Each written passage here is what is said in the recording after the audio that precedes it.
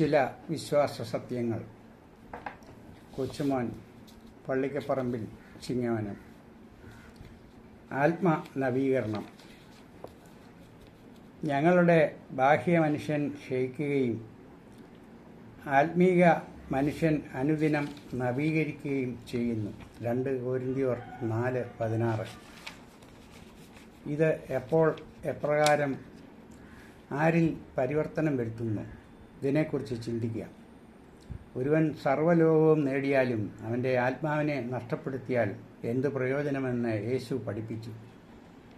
നമ്മുടെ ശാരീരിക രോഗങ്ങൾക്ക് വേഗത്തിൽ സുഖം പ്രാപിപ്പാനുള്ള ബോധവൽക്കരണം മൂലം നാം ഔഷധം ഉപയോഗിക്കുന്ന പ്രകാരം നമ്മുടെ ആത്മാവിന് വരുന്ന നഷ്ടം പെടാതിരിക്കുന്നതിന് യേശു സ്ഥാപിച്ച ആത്മാവിൻ്റെ ഔഷധമാണ് വിശുദ്ധ കുർബാന. രക്തം ചൊരിഞ്ഞിട്ടല്ലാതെ പാപമോചനം ഇല്ലെന്നുള്ള ദൈവപ്രമാണമാണ് മോശയുടെ കാലം മുതൽ പാപമോചനത്തിനായി ബലിവസ്തുക്കൾ ഏർപ്പെടുത്തിയിരുന്നതായിരുന്നു ഒന്നാമത്തെ ഉടമ്പടി. അന്ന് ബലിവസ്തുക്കൾ പലതായിരുന്നു. യവപ്പൊടി, കുറുപ്രാവ്, കോലാട്, കാള ഇവയായിരുന്നു ബലിവസ്തുക്കൾ. ക്രമേണ ശാസ്ത്രിമാരും പരീശന്മാരും ദൈവാഗ്രഹം മൂലം ആയതിൽ മായം ചേർത്ത് സാധുക്കളെ യാഗവസ്തുക്കൾക്ക് ഭീമമായ തുക ചൂഷണം ചെയ്യുകയും ധനസമ്പാദനത്തിനുള്ള അവരുടെ വാക്കുകളും പ്രവൃത്തിയും തമ്മിൽ ഒട്ടും പൊരുത്തമില്ലാത്ത തരത്തിലായി അധപ്പതിച്ചു വന്നു. ഇതായിരുന്നു ഇപ്രകാരം ഉള്ള ഒന്നാം ഉടമ്പടിയുടെ കുറവ്. ഈ കുറവിനെ പരിഹരിക്കുന്നതിനായി കാലസമ്പൂർണതയിൽ ദൈവം തൻ്റെ ഏകപുത്രനായ പുത്രനെ സ്വർഗത്തിൽ നിന്നും ഇറങ്ങി വന്ന ജീവനുള്ള കുഞ്ഞാടിനെ ബലിയാക്കി മൽക്കിസേദെക്കിൻ്റെ ക്രമപ്രകാരമുള്ള അപ്പവീഞ്ഞുകൾ കൊണ്ടുള്ള യാഗം ഏർപ്പാടാക്കുകയും ചെയ്തു. ഇത് തൻ്റെ ശിഷ്യന്മാരോടൊപ്പം സെഹ്യോൻ മാളികയിൽ വെച്ച് സ്ഥാപിച്ചു. വാങ്ങുവിൻ, ഇത് എൻ്റെ ശരീരം, ഇത് എൻ്റെ രക്തവും ആകുന്നു. കടങ്ങളുടെ പരിഹാരത്തിനും പാപങ്ങളുടെ നിങ്ങളുടെ മോചനത്തിനുമായി ഇത് സ്ഥാപിച്ചു. ഇതായിരുന്നു രണ്ടാം ഉടമ്പടി എബ്രായർ ലേഖനത്തിൽ 8:7 വെളിപ്പെടുത്തിയിരിക്കുന്നത്. ഒന്നാം ഉടമ്പടിയിൽ ബലിവസ്തുക്കൾ പലതായിരുന്നു എങ്കിൽ രണ്ടാം ഉടമ്പടിയിൽ യാഗവസ്തു മാറ്റിയിരിക്കുകയാണ്. ദൈവത്തിനും മനുഷ്യർക്കും ഇടയിൽ യേശു എന്ന ഏക മധ്യസ്ഥൻ ആയി തീർന്നു എന്ന് 1 തീമോത്തിയോസ് 2:5 ഇപ്രകാരം യാഗവസ്തു യേശുക്രിസ്തു സ്വർഗത്തിൽ നിന്നും വന്ന ജീവനുള്ള ദൈവത്തിൻ്റെ കുഞ്ഞാട് ആയി മാറ്റപ്പെടുത്തിയതിനെ ഉദ്ദേശിച്ച് പറഞ്ഞിരിക്കുന്ന ഈ വചനം വളച്ചൊടിച്ച് യേശുവിൻ്റെ മധ്യസ്ഥത ഉള്ളപ്പോൾ മറ്റ് മധ്യസ്ഥന്മാരോട് പ്രാർത്ഥിക്കുന്നത് വിഗ്രഹാരാധനയ്ക്ക് സമമാണെന്നും മറ്റും ചില നൂതന സഭയിലെ ഉപദേശിമാർ നമ്മെ വഴിതെറ്റിക്കുന്നു. ഒരുവനു വേണ്ടി തൻ്റെ ജീവനെ കൊടുക്കുന്നതിലും വലിയ സ്നേഹമില്ലെന്ന സ്ഥിതിക്ക് യേശുവിനെ വേണ്ടി രക്തസാക്ഷികളായവരോട് ബലഹീനരും പാപികളുമായ നാം നമുക്ക് വേണ്ടി പ്രാർത്ഥിപ്പാൻ അപേക്ഷിക്കുന്നതിൽ എന്താണ് തെറ്റ്? ദൈവം നീതിമാന്മാരുടെ പ്രാർത്ഥന ചെവിക്കൊള്ളുന്നുവെന്നാണല്ലോ പത്രോസിൻ്റെ ലേഖനത്തിൽ അരുളിയിരിക്കുന്നത്. എന്നാൽ ലേവി പുരോഹിതന്മാർക്കുണ്ടായിരുന്ന ആനുകൂല്യങ്ങൾ രണ്ടാം ഉടമ്പടിയിൽ ആദ്യ സഭയിലെ പുരോഹിതർക്ക് ഇല്ലായിരുന്നു എന്നുള്ളതിൻ്റെ തെളിവാണ് കൂടാരത്തിൽ ശുശ്രൂഷിക്കുന്നവർക്ക് ആഹോവൃത്തിക്ക് വകയില്ലാത്ത ഒരു യാഗപീഠം നമുക്ക് ഉണ്ടെന്ന് എബ്രായർ 13:10 പറഞ്ഞിരിക്കുന്നത്. സഭ ഇപ്രകാരം യാഗപീഠങ്ങളുടെ ആദായം കൊണ്ട് ആഹോവൃത്തിക്ക് വകയില്ലായിരുന്നുവെങ്കിലും പിന്നീട് സഭ അതിന് മാറ്റം വരുത്തി. അപ്രകാരം അന്ന് ഉണ്ടായിരുന്ന പുരോഹിതരുടെ കുറവുകൾ പരിഹരിച്ച് പുതിയ നിയമ പുരോഹിതന്മാരായവർ ഏക ഭാര്യയുള്ളവരും ദുർനടപ്പില്ലാത്തവരും ആയിരിക്കണമെന്ന് 1 തീത്തോസ് 6 പറഞ്ഞിരിക്കുന്നു.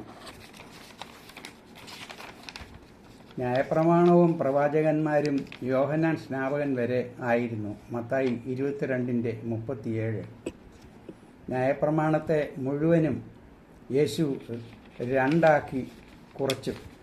നിന്റെ ദൈവമായ കർത്താവിനെ പൂർണ്ണമായ മനസ്സോടും പൂർണ്ണ ഹൃദയത്തോടും ആരാധിക്കണമെന്നും നിന്റെ അയൽക്കാരനെ നിന്നെപ്പോലെ സ്നേഹിക്കണമെന്നും 2 കുറച്ചു. ഗലാത്യർ 5:14.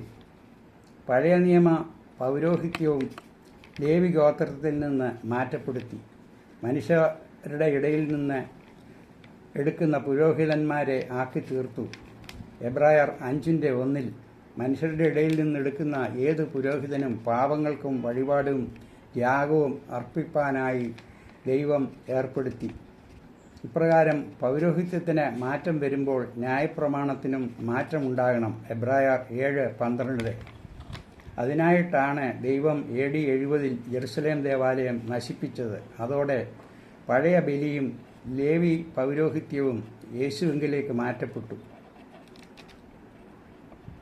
അപ്പോൾ അവ നിത്യബലിയും നിത്യ പൗരോഹിത്യവും ആക്കി മാറ്റപ്പെട്ടു. പകരം ബലിവസ്തുക്കൾ മാറ്റി ഏകമാക്കി തീർത്തു. ഇതാണ് 2-ാം ഉടമ്പടിയുടെ മേന്മ. ഇതിനെ വിവേചിച്ചും വിശ്വസിക്കാതെയും അനുഭവിക്കുന്ന നിങ്ങളിൽ പലരും രോഗികളായി തീരുന്നു. 1 കൊരിന്ത്യർ 11:27. വിശ്വസിച്ച് അനുഭവിക്കുന്നവരിൽ ആത്മീക മനുഷ്യൻ അനുദിനം നവീകരിക്കപ്പെടുന്നു. അവർ എപ്രകാരമാണ് നവീകരിക്കപ്പെടുന്നതെന്ന് നമുക്ക് ചിന്തിക്കാം. വിശുദ്ധ കുർബാനയുടെ രൂപഭേദം എപ്പോൾ നടക്കുന്നു? കോഴി മുട്ടമേൽ പൊരുന്നിയിരിക്കുമ്പോൾ അതിൻ്റെ ചിറകിന് കീഴിലുള്ള മുട്ടമയ്ക്ക് താപ ഊർജം ലഭിക്കുമ്പോൾ രൂപാന്തരപ്പെടുന്നത് പോലെ പുരോഹിതൻ വിശുദ്ധ കുർബാനയിൽ അപ്പവീഞ്ഞുകൾ പരിശുദ്ധാത്മാവ് ആവസിച്ച് ശുശ്രൂഷ ക്രിയ ചെയ്യുമ്പോൾ യേശുവിൻ്റെ ശരീരരക്തങ്ങളായി രൂപാന്തരപ്പെടുന്നു. ഇതാണ് നമ്മുടെ സഭയുടെ വിശുദ്ധ കുർബാനയുടെ പ്രാധാന്യം. കയ്പുള്ള ഫലം പുറപ്പെടുവിക്കുന്ന ഒരു മരത്തിൽ നിന്നും കാഞ്ഞിരം പോലെയുള്ള മരത്തിലെ മധുരമുള്ള സപ്പോട്ട പോലെയുള്ള ഫലങ്ങൾ ലഭിക്കുന്നതിന് നാം പതിവെക്കുന്നു, അല്ലെങ്കിൽ ഗ്രാഫ്റ്റിംഗ് നടത്തുന്നു. തൽഫലമായി മധുരമുള്ള ഫലം നമുക്ക് ലഭിക്കുന്ന പ്രകാരം പാപികളായ നാം യേശുവിൻ്റെ സ്വഭാവത്തോടെ രൂപാന്തരം പ്രാപിക്കുന്നു. വിശുദ്ധ കുർബാന അനുഭവിക്കുമ്പോൾ ഉണ്ടാകുന്ന നമ്മളിലുള്ള മാറ്റമാണ് ഇത്. അപ്പോൾ നമ്മിലെ പാപബോധം പരിശുദ്ധാത്മാവ് നമുക്ക് വെളിപ്പെടുത്തി തരുമ്പോൾ നാം പാപ ജീവിതത്തിൽ നിന്നും പിന്മാറും. അങ്ങനെ ഒരു പുതിയ മനുഷ്യനായി തീരുന്നതാണ് രക്ഷ. അല്ലാതെ വഴിയെ വരുന്ന ഉപദേശി വിശ്വസിച്ച് സ്നാനപ്പെടണമെന്ന് പറയുന്നതല്ല രക്ഷ. ഇവർ ശിശുസ്നാനം ശരിയല്ലെന്നും വിശ്വാസ സ്നാനമാണ് വേണ്ടതെന്നും 2-ാം ഉടമ്പടി യേശുവും ശിഷ്യന്മാരും ചേർന്ന് നടത്തിയ വെറും ഒരു ചായ സൽക്കാരമാണെന്നും സ്ഥാപിച്ച് സഭയിൽപ്പെട്ട നമ്മളെ പലരെയും അവരവരുടെ കുടുംബങ്ങളിൽ നിന്നും അടർത്തി മാറ്റി വേർപാടുണ്ടാക്കുന്നു. പരിച്ഛേദനയിൽ പഴയ നിയമകാലത്ത് ജനിക്കുന്ന ആൺ സന്തതികൾക്ക് നടത്തിയിരുന്ന കർമ്മം ജനിച്ച് 8-ാം ദിവസം ആയിരുന്ന സമയത്ത് അവർ ദൈവത്തെ സംബന്ധിച്ചുള്ള വിശ്വാസങ്ങൾ ഒന്നും പ്രാപിക്കാത്ത ശിശുവായ അവസ്ഥയിലായിരുന്ന സ്ഥിതിക്ക് പുതിയ നിയമത്തിലെ ശിശുക്കൾക്കും സ്നാനം വിശ്വസിക്കുന്നതിന് മുൻപ് തന്നെ വേണമെന്ന് നിശ്ചയിച്ചതും സഭയാണ്.